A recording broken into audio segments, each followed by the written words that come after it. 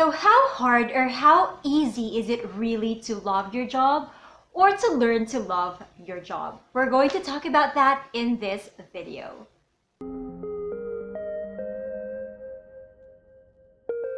Hey there Ninja! Welcome back to my channel. This is Rhea once again and you are still watching Call Center Ninja. And today we are going to talk about something that's really very important to me, and I've just seen it in one of the comment section days back. Someone actually asked, how do I love my job? And for me, I think it's very important to talk about, especially that in this type of industry, people come and go, and you know, it's very hard to just thrive and survive once you are already inside the industry. So before we talk about that, if you like this type of video or anything about call center tips and stories, please don't forget to subscribe. Just click the red subscribe button. And thank you also if you have already subscribed.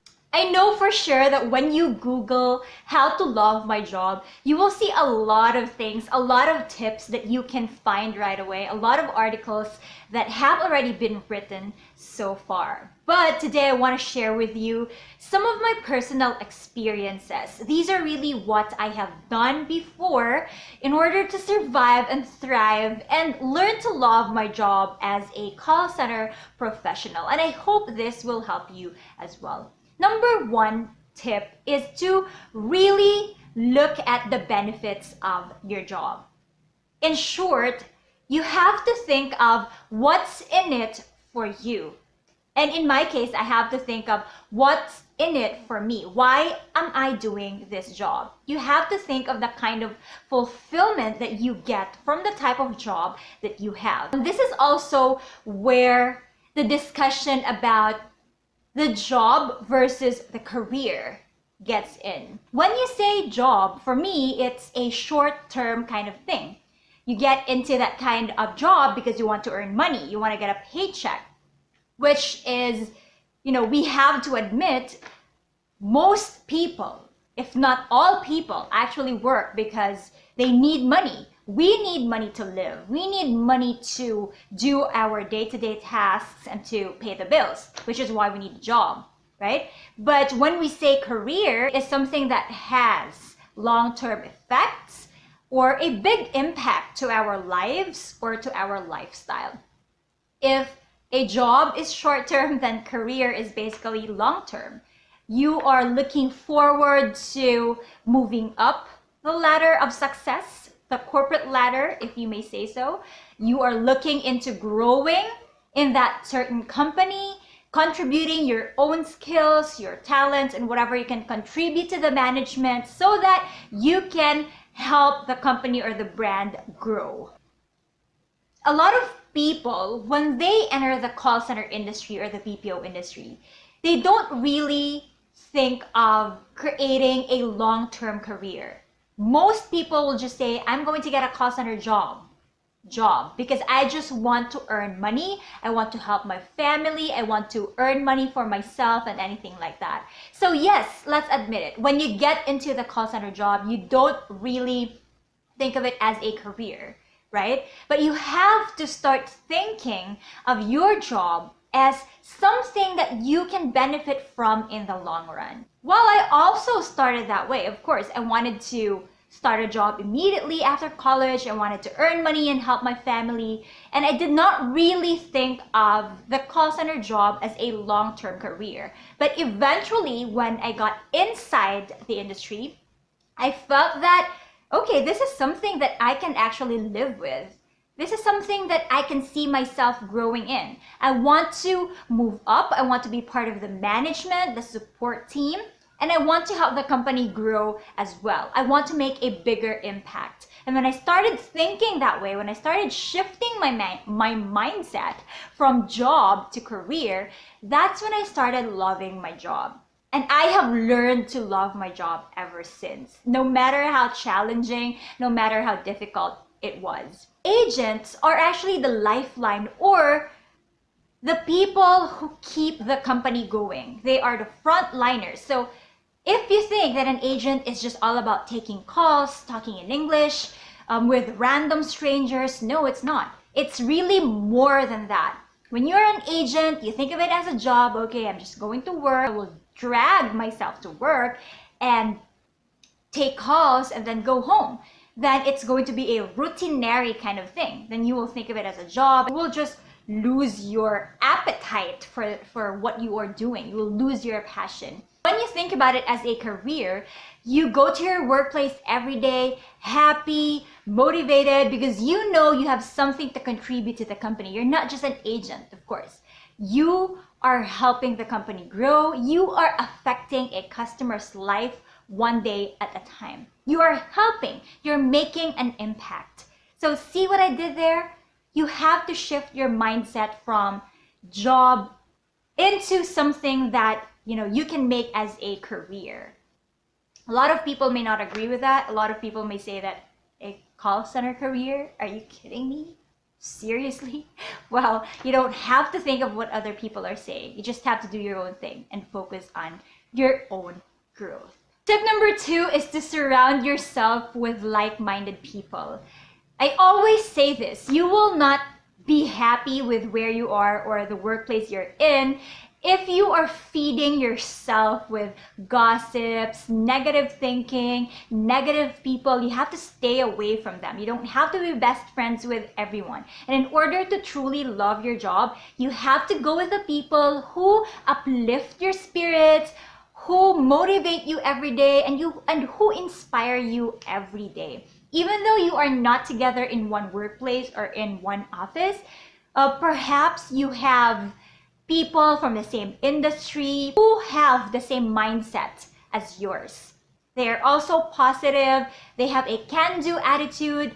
They're thinking that we can do it. We just have to take things one step at a time. And once you're surrounding yourself with good people and like-minded people, positive energy, you will also attract positive energy. Tip number 3 is to try something new. When you go to work every single day, your life becomes routinary. So why not try something new that is also applicable to work? For example, you can go to team eating or team outings with your teammates, obviously, or your group mates, or whoever your friends are in your circle or in your company. This is why team outings and team eatings are done in a lot of call centers. And I admit it can be a little costly sometimes, especially if you have already budgeted your funds for several things at home or bills, things like that. So it doesn't have to be grand or huge. For example, you can have Friday as your ice cream day, or every payday as your street food day. Anything that you can do that brings you fun and happiness in the workplace. Tip number 4 is to draft a career plan. If you are planning to really grow in that particular company, or if you're in it for the long term, write it on paper. What do you really want to be in that company? If you are a call center agent now, if you're a customer service specialist, where do you see yourself? Let's just not say 5 years from now, but let's just say 2 years from now or 3 years from now. You can write it down on paper. I want to grow in this company. I want to apply as a QA analyst. I want to be a trainer, I want to be a supervisor, or I want to move to the IT department, HR department, admin, anywhere or any department in the company. When you draft your career plan, you get motivated and you get more inspired to go to work every single day. You will be eventually loving your job, or where you are right now, where you are currently in your call center life or your journey, because you're looking forward to something. But if you are not really that type of person, some other agents I know, they don't really want to assume a managerial or supervisory role or position. It's also okay. You can still always draft your career plan, because you never know when you actually would like to move up. But believe it or not, when I started working in the call center, I never thought I'd be a trainer. I never thought I'd be anywhere in the management or support team. It just happened. And tip number 5, start investing in something. It doesn't have to be big or grand. It can be as simple as a savings account that you can earn and put your money into. You can grow your savings, earn interest, maybe not in a bank, but any other financial institution. Maybe you can invest in a property, you can invest in an insurance savings. So it really depends on you. Anything that can grow your money or can give you financial returns in the future. When you start investing your funds into something, your hard-earned money or your salary, you will also start loving your job because you know where your money is going. You know how some people have worked for several years, but when they look back to those years, they don't really know where the money went, where all the money went. For sure, you have this kind of job because you have bills to pay, which is why you don't really have to put in a big amount. Just a small amount will do every day, every payday, every month. It's up to you. Okay. When you start to invest in something, you will feel good about yourself and you will thank your job because it's giving you that salary. It's giving you money, the means to be able to save and invest into something. Eventually, you will learn to love your job because of it, because of that means and that benefit that it can give you. And so that's about it for today. Thank you so much for watching and for listening. I hope this helped you even just a little bit to eventually learn to love your job. If you like this content, please click like, subscribe if you haven't yet. And remember, I have videos every Wednesdays and Fridays. So see you again next time. Take care and bye-bye.